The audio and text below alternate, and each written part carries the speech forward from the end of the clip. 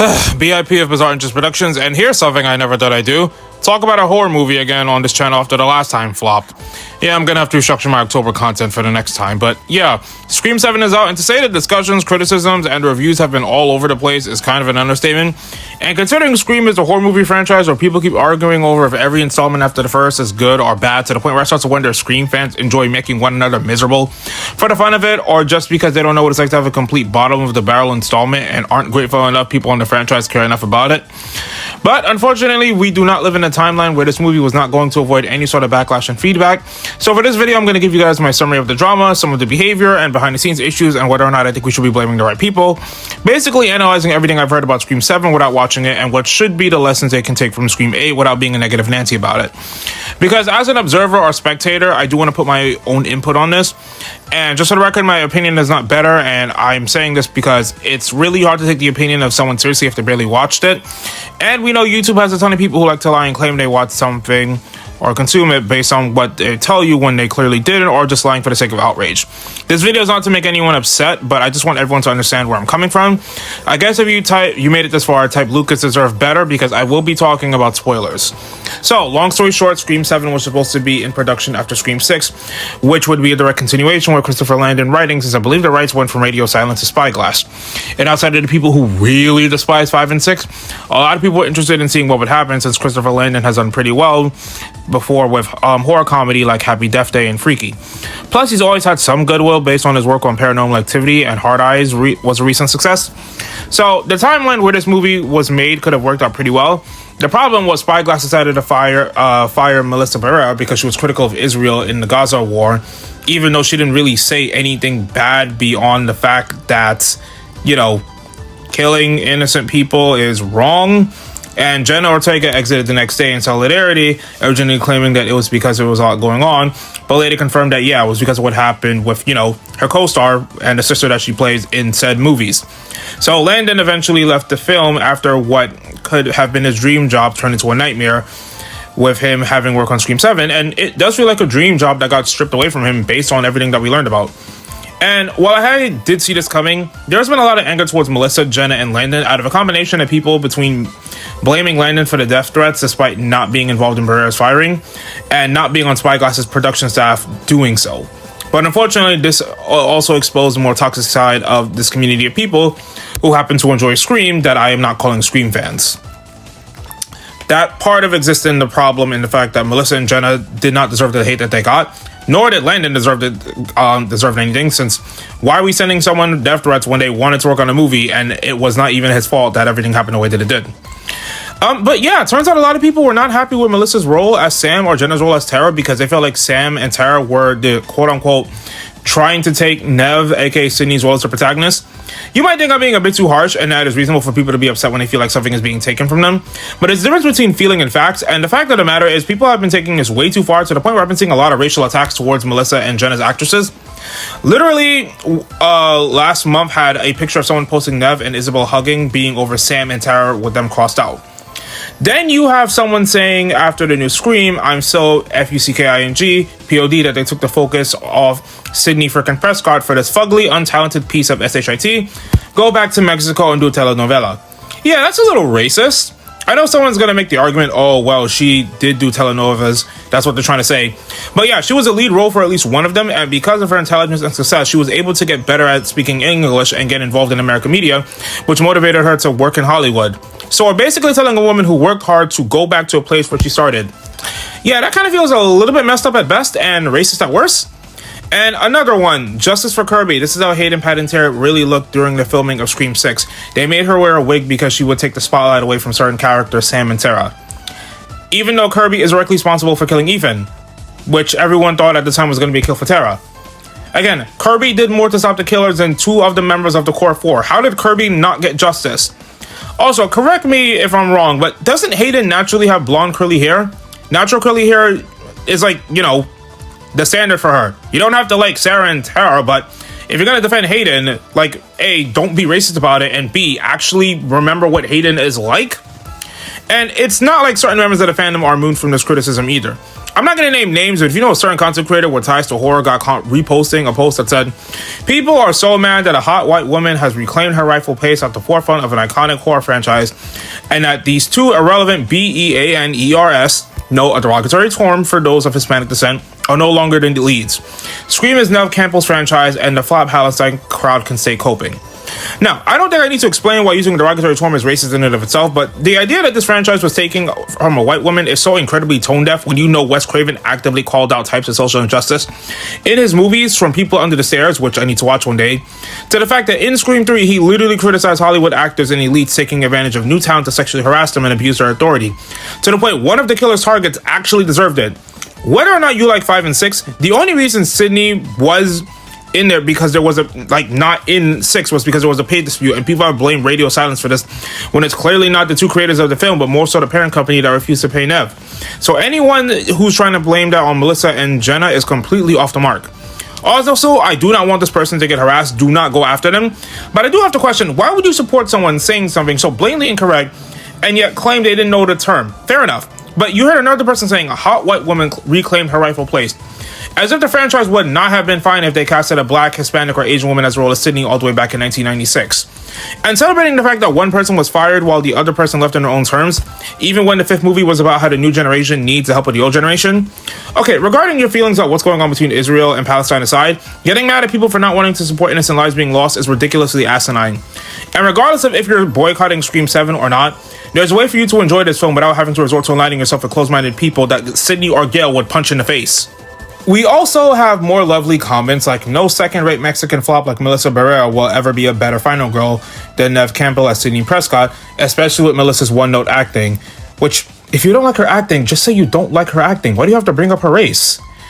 And more like, "I can't wait till Trump is back in office and your precious Melissa will hopefully be banned from the United States along with a bunch of other terrorist supporters." Guys, she starred in a movie you don't like. I'm not that big a fan of Home Alone 2, but by that logic, does it mean I should get Trump deported just because he starred in it? No. Oh, and my favorite one. "I'm racist because Samantha Carpenter sucks." I believe Carpenter is spelled with a T and not a D, but whoever said ignorant people were intelligent. Oh, and one more thing. Apparently people are mad about Isabel May starring in this because she was on Run, Hide, Fight, which was distributed by the Daily Wire, which is an alt-right streaming content platform. Okay, full context, not her fault. Ben Shapiro did not even create the film. It was already finished when the company that produced it imploded due to a scandal, and he just picked it up for distribution, trying to use a negative reputation that it earned in Italy to promote their new streaming service. The production company Cinestate was already imploding because of a combination of unsafe working environments, sexual harassment allegations swirling around the producer, who was later arrested for the assault of a 16-year-old girl. And given that the movie took place in high school, a lot of the crew were kind of worried about that, alongside the fact that they killed a deer, which was violating Texas film and hunting regulations. Also, a makeup artist had also concerns about the scene, so no, Isabel isn't some right-wing nut job, because even the people who hated the film praised her performance and just said she needed a better agent, or, you know, got her agent to get a better role for her, which, say what you want about this movie, but Scream feels like a better fit for her. Okay, now we can talk about Scream 7, the movie. One of the criticisms I heard was that between Sydney and Tatum, some people were upset by Tatum wanting to learn more about her mother and Sydney keeping it under wraps because Tatum's just being ungrateful and should be glad her mother's trying to protect her. But I've also heard people criticize Sydney for being too perfect and invincible, which is kind of counterintuitive. And this is something I've seen with both Naruto and Boruto, as well as Ant-Man Quantumania. People need to understand something. Parents are not perfect, and under the guise of being overprotective and safe, one of the downsides is that they kind of neglect, making sure their children are being raised right, or at least giving them a basic understanding to help prepare them for future dangers instead of just hiding them from that. For some reason, there's this belief that after a certain age for certain characters, they're only supposed to be cool and not grow and change or have any sort of development. The story isn't saying that Sydney is a bad parent. The point is that Sydney needs to put their overprotectiveness into helping make sure that her daughter is ready to face a threat if their legacy ever comes to her. Again, there is always something more to learn, which I don't feel like people are fairly addressing or criticizing. That being said, one criticism I do understand is Tatum's friends and people in her friend group being underdeveloped.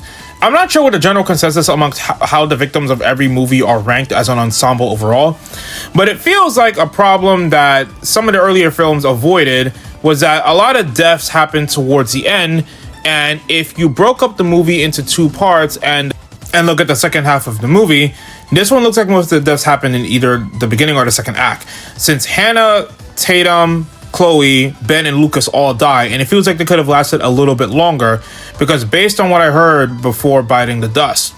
For example, Lucas is the one where I feel like a lot of people are going to call him the wasted potential one. And I do think from what I've heard, he sounds really interesting because he's a socially awkward kid who's interested in true crime. And people think that he's creepy and would actually be a good red herring. But he's not a bad person from what it seems like. But he's not exactly close to Tatum, and I feel like that was a wasted opportunity to have him essentially be the Randy of this group. Heck, we know it's not Ben, her boyfriend, otherwise people would call this franchise too cliche, but I'm surprised they did not go for love triangle aspect where Lucas was generally interested in Tatum, but just generally don't know how to approach her since she has a boyfriend. Especially since between both the heroes and one of the villains, there's a subtle theme about how we cope with trauma and surviving while also trying to grow past that and be decent people. Or at least the lessons we take away from people that we idolize. So for the next film, I do feel like they need to spend more time developing the characters before they get killed off. Because for some of the discredits that I find valid with 6 when it comes to criticism, is that you had an entire dude trying to assault Tara, and yet you didn't kill him off when he was the perfect victim from that. Maybe Quinn was lying about being a sex-positive feminist. Also, I have heard these criticisms before, people thinking that the opening kill wasn't related to anything in the plot. Considering that the goal is to make people think that Stu is back, I feel like it makes sense to have the opening be something people think is a cause of Stu returning, since he's back to basically burn down his legacy and start all over. I'm also a little bit over the Chad and Mindy hate. For Scream 8, if they're going to die or going to survive, especially if there are plans to kill them off or at least one of them off, let them die or get hurt after they're around to see the killer reveal. The Legacy Trio, even though it should be called Legendary Trio, were all either hurt or around by the time the final killer was revealed in at least one installment. Gail was hurt in the second one, and Dewey killed the killer in the third. And all of them were there in the fourth. The core 4 have never all been together the moment the killer was revealed, since 3 times in a row, now Chad and Mindy have been absent from the final confrontation. If we are going to have them go out fighting, swinging, or dying, at least do it when they know the killer's identity, or go down trying to fight them and save their friends. Dewey, love him or hate him, especially how he got treated in 5, they at least had him go out defeating the killer, but just not being able to kill them. Apparently, the theme was that Mindy and Chad are trying to help Gail out as interns, and she's worried about the fact that she's going to be replaced or overshadowed. But part of her growth is that she realized that by trying to revitalize her image, while it's not necessarily a bad thing, she can't stop other people from trying to grow and has to decide to support them. Also, whether or not you like or dislike them, it's actually better they're around because they remind people that Sam and Tara are still existing in this universe. And Spyglass can't just get rid of them off the bat, otherwise it will just look like a blatant disrespect to 5 and 6. Especially after losing 2 of them to reasons that are beyond what happens in the story. I think a major problem with this movie that's been bugging people is the villains and their execution. That being said, I am going to defend the lead killer as well as the fact they actually had 3 killers but decided to kill one of them off early. See, a lot of people are still torn over whether or not having 3 killers in one movie was a good idea, but I did see people considering that they could have spaced out exactly who they were and whether or not the heroes would be able to beat them one at a time. But instead of it just being in the final act, one would be beaten in the first act, one towards the middle, and then at the end, which they did partially. But the major problem is with the actual killer. Spoilers, I did say there were going to be spoilers. Jessica. However, I feel like her motive is something people have been kind of criticizing, but it actually makes sense in a weird way. So, Jessica's motive is that she has endured an abusive relationship and became inspired to murder her abusive husband because of Sydney's book. But when Sydney refused to up Ghostface and, back in New York and combat another person trying to use her demons against her by vanishing away to a small town, rather than continue to be in the spotlight as inspiration for those who suffered abuse to keep going and trying, Jessica felt like Sydney had betrayed her franchise and that the lead being gone meant that the franchise who motivated her was in ruin. So she's trying to start over that legacy and give people hope by killing Sydney out of the idea that her icon is washed up and replacing her with Tatum, who would have the same backstory. If Jessica wins, then Tatum ends up like Sydney, losing her mom to killers and is able to survive the event. I don't think that's a bad motive at all, considering the meta commentary about Sydney basically being the star and people really only caring about her, as well as how certain fans treated Melissa and Jenna being co-leads. It's kind of interesting to have the villains be the one to try and pass the torch themselves. It seems the real problem people have was that Jessica was not in the movie for that long, especially with the reveal that, her being the killer means she basically took out her own son out of fear that he would have the same symptoms of her abusive husband and his father respectively. And while I don't have an issue with them using someone to serve as a brute pawn for Jessica and the other killer Marco, the twofold problem is that Marco also doesn't have any motivation to be doing this from what we know. As far as I've heard, Jessica treats him like a disposable tool to the point where she tells him to shut up. He immediately goes down with a shot to the head instead of having a more long drawn out fight, to the point where it feels like they should have had Tatum take him on 1v1 in a rematch and probably shoot him after a long drawn out fight. Anyway, we definitely had the dragon of the killers technically be underdeveloped, or for some people not of interesting, which is why how some people view Mickey depending on if you like him or not. The fact is that he's not also not in the movie all that much and isn't set up is also sort of a problem. I think what I would have done is that if I was a supporting writer, would be to have Marco also be a true crime podcaster who's knowledgeable in deepfakes, and he guides Ben and Lucas into helping trying to figure out if Stu is a deepfake or not, when in reality he's basically trying to frame them the whole time. And you need to make his motivation tied to everything going on. Like, say he wants to use deepfake technology in order to prove that he can get away with murder and profit off the death of Sydney by using deepfakes to manipulate and take the public side into helping him get away with the actual crime, while also profiting off it since he was not making all that money beforehand. Like, you could even have him fake the fact that he was innocent by claiming that someone used deepfake images to make him look like he was a killer when he wasn't. So I feel like for Scream 8, the producers need to make sure that the killers are tied into the protagonist story more, because part of what made the twist in the franchise work is that most of the people who were revealed to be the killers was intrinsically tied to the friend group, or at least the main characters. The first movie had 2 members of the friend group. The second movie had a classmate and a reporter who was tied to the first killer. The third killer was biologically related to Sydney. The fourth was her cousin and a friend of her cousin. The fifth were the new generation's friends and boyfriend. And the sixth generation were her ex-boyfriend's family. So, you know, her neighbor and henchman kind of like those personal ties. And one more thing involving the use of AI. I can't comment on whether or not the movie portrays AI as something that's ultimately evil and needs to not exist because it's making people's lives worse, since we have Ben and Lucas try to use it for good and they're not bad people. But I feel like I've heard the criticism, which I kind of find valid when it comes to the killer's AI voices, is that for those of them who return, Stu was the only one that actually got any meaningful usage and screen time, while Dewey and Roman didn't really have that many lines. It feels like what they should have done was spread all 3 of them around more equally, so you could have all the conspiracy theories that, you know, Dewey survived and was going after revenge because they kind of forgot about him, as well as Roman surviving his injuries for revenge as he was a neglected sibling, with each of the 3 killers representing an aspect about each one for parallel. You could say either Jessica for Stu, Marco for Dewey, and Call for Roman, or whichever combination makes sense. Also, I know people are going to be mad at some people who don't review it, but I know Dead Meat isn't planning on either watching or reviewing it at the time. That's their choice, I have to respect it, but I want to end this by just getting all my main points out of the way.